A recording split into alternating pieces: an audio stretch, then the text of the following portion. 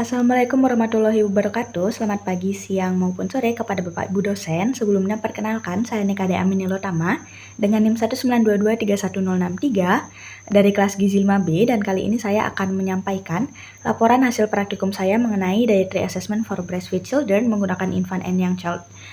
Feeding Practice atau IYCF, di mana tujuan dari praktikum ini adalah untuk melihat hasil penggunaan instrumen IYCF dan juga menilai apakah responden telah mencapai indikator minimum dietary diversity atau MDD, minimum meal frequency atau MMF, dan minimum milk feeding frequency atau MMFF, serta minimum acceptable diet atau MAD.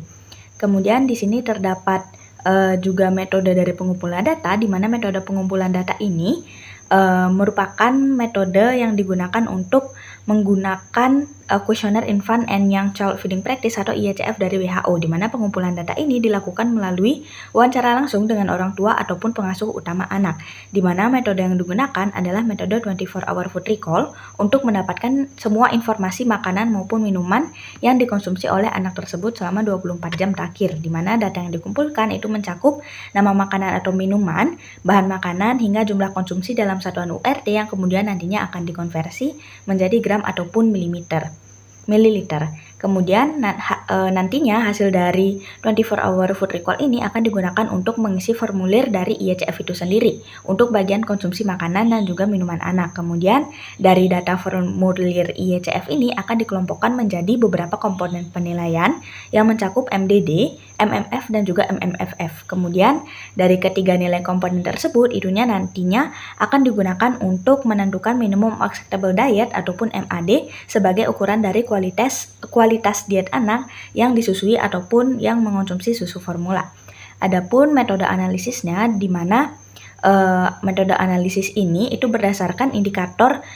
MDD, MMF, dan juga MMFF, di mana untuk indikator MDD itu dikatakan memenuhi apabila anak mengonsumsi lebih dari sama dengan 5 ataupun lebih dari 8 kelompok pangan, di mana skornya itu adalah 1. Kemudian untuk indikator MFF itu anak dikatakan memenuhi jika menerima makanan padat, semi padat, ataupun lunak lebih dari sama dengan 3 kali per hari. Itu juga mendapatkan skor 1. Sedangkan untuk indikator MMFF itu anak dikatakan memenuhi jika menerima ASI ataupun susu lebih dari sama dengan 2 kali per hari, di mana itu juga mendapatkan skor 1. Kemudian untuk minimum acceptable diet itu sendiri ataupun MAD itu adalah skor total, yakni dari jumlah ketiga indikator, dan anak dikatakan memenuhi MAD jika mendapatkan skor sama dengan 3 yang menunjukkan diet itu sesuai dengan rekomendasi WHO. Nah, kemudian setelah itu terdapat pula hasil dari MDD yang telah dilakukan, di mana berdasarkan tabel minimum dietary diversity ini menunjukkan bahwa kelompok kategori makanan yang dikonsumsi oleh anak tersebut selama 24 jam terakhir itu sudah mencakup 5 kelompok makanan yang berbeda, di mana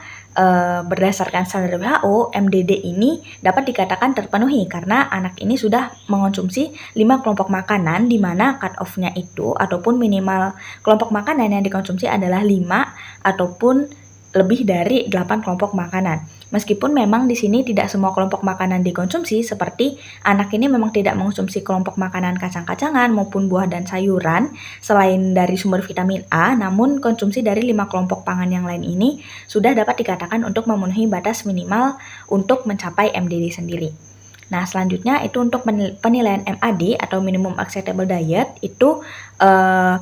dapat kita lihat dari nilai MDD, MMF, dan juga MMFF ini, di mana ternyata anak ini telah memenuhi MDD dengan mengonsumsi 5 dari 8 kelompok pangan, kemudian sudah memenuhi MMF dengan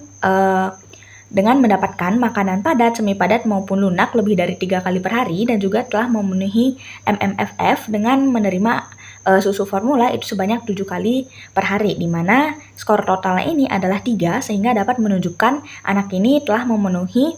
syarat untuk minimum acceptable diet sendiri. Adapun kelebihan dan juga kekurangan dari metode yang telah dilakukan, di mana salah satu kelebihannya adalah metode ini dapat menilai 3 komponen sekaligus, yakni keragaman makanan, frekuensi makan, dan juga frekuensi minum susu, sehingga dapat memberikan gambaran pola makan anak yang cukup lengkap. Kemudian adapun pengelompokan makanan yang memudahkan untuk menilai keberagaman pangan yang dikonsumsi, kemudian adapun penilaian dari frekuensi makan dan juga minum susu yang membantu untuk memastikan kebutuhan energi anak itu terpenuhi.